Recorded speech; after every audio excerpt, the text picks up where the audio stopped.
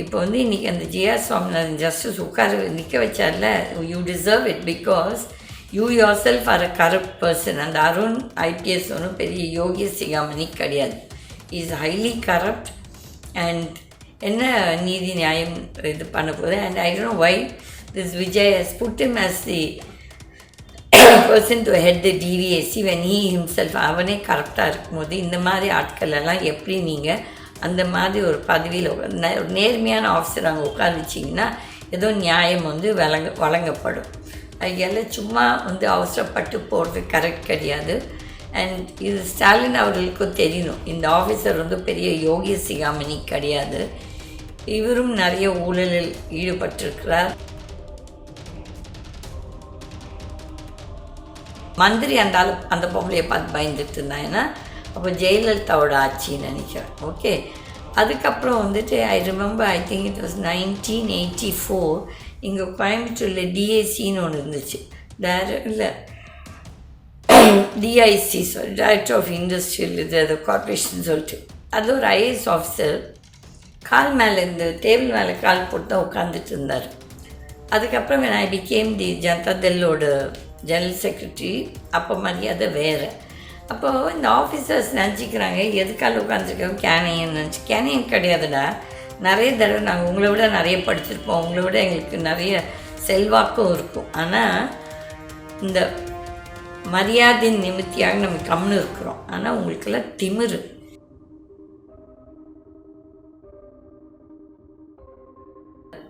அருண் ஐபிஎஸ்ஸை நிற்க வச்சு வெயிட் பண்ண வச்சு, ஏனென்றால் நேற்று அந்த கோர்ட் கிளர்க் வந்து அவங்களுக்கு போய் அந்த நோட்டீஸ் சர்வ் பண்ணுறதுக்கு ஒரு 3 மணி நேரம் அவங்க அலுவலகத்தில், தட் இஸ் ஆஃபீஸில் வெயிட் பண்ண வச்சுருக்காங்க.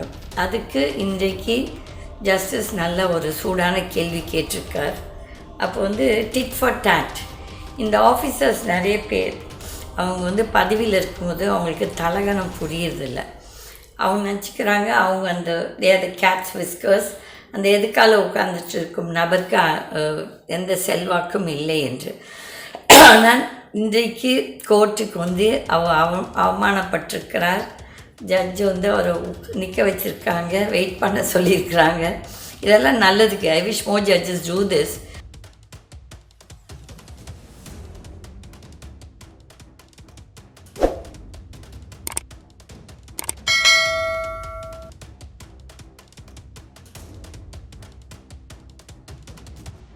வணக்கம்.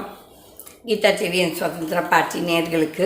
சில நேரங்களுக்கு முன்னால் என்னோடய வக்கீல் ஃபோன் பண்ணியிருந்தார். இந்த மாதிரி ஹைகோர்ட்டில் இந்த Arun IPS who is in charge of the DVAC anti corruption, that is director of vigilance and anti கரப்ஷனோட கோர்ட்டுக்கு வந்திருக்கிறார்.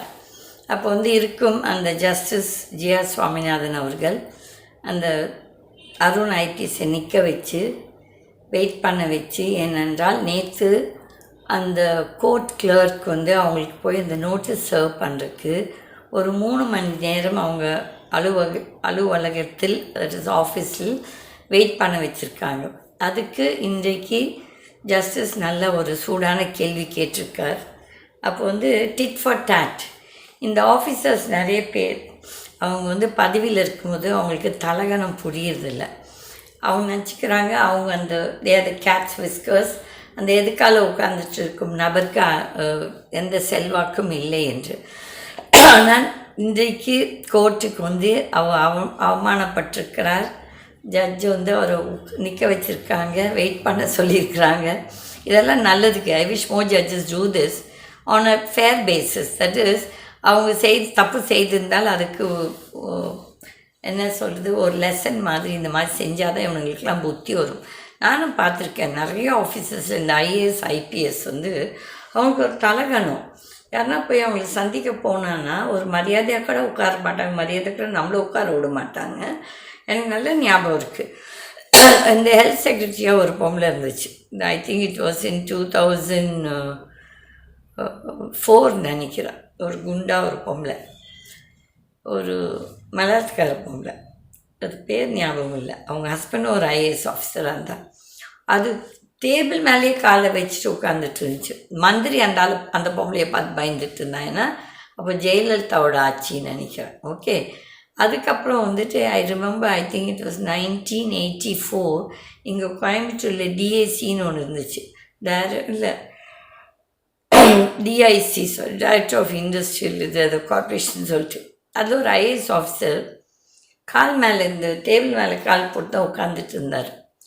அதுக்கப்புறம் ஐ பிகேம் தி ஜனதாதளோட ஜெனரல் செக்ரட்டரி. அப்போ மரியாதை வேறு. அப்போது இந்த ஆஃபீஸர்ஸ் நினச்சிக்கிறாங்க எதுக்கால உட்காந்துருக்கோம் கேனையன் நினச்சி. கேனையன் கிடையாதுடா, நிறைய தடவை நாங்கள் உங்களை விட நிறைய படிச்சிருப்போம், உங்களை விட எங்களுக்கு நிறைய செல்வாக்கும் இருக்கும். ஆனால் இந்த மரியாதையின் நிமித்தியாக நம்ம கம்னு இருக்கிறோம். ஆனால் உங்களுக்கெல்லாம் திமிரு. இப்போ இன்றைக்கி அந்த ஜிஆர் சுவாமிநாதன் ஜஸ்டிஸ் நிற்க வச்சார்ல, you deserve it because you yourself are a corrupt person. அந்த அருண் ஐபிஎஸ் ஒன்றும் பெரிய யோகி சிகாமணி கிடையாது. Is highly corrupt.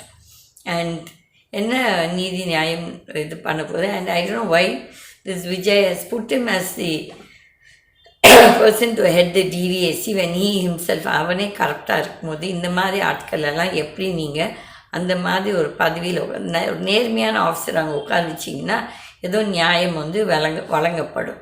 அதெல்லாம் சும்மா அவசரப்பட்டு போகிறது கரெக்ட் கிடையாது. அண்ட் இது ஸ்டாலின் அவர்களுக்கும் தெரியணும், இந்த ஆஃபீஸர் பெரிய யோகி சிகாமணி கிடையாது.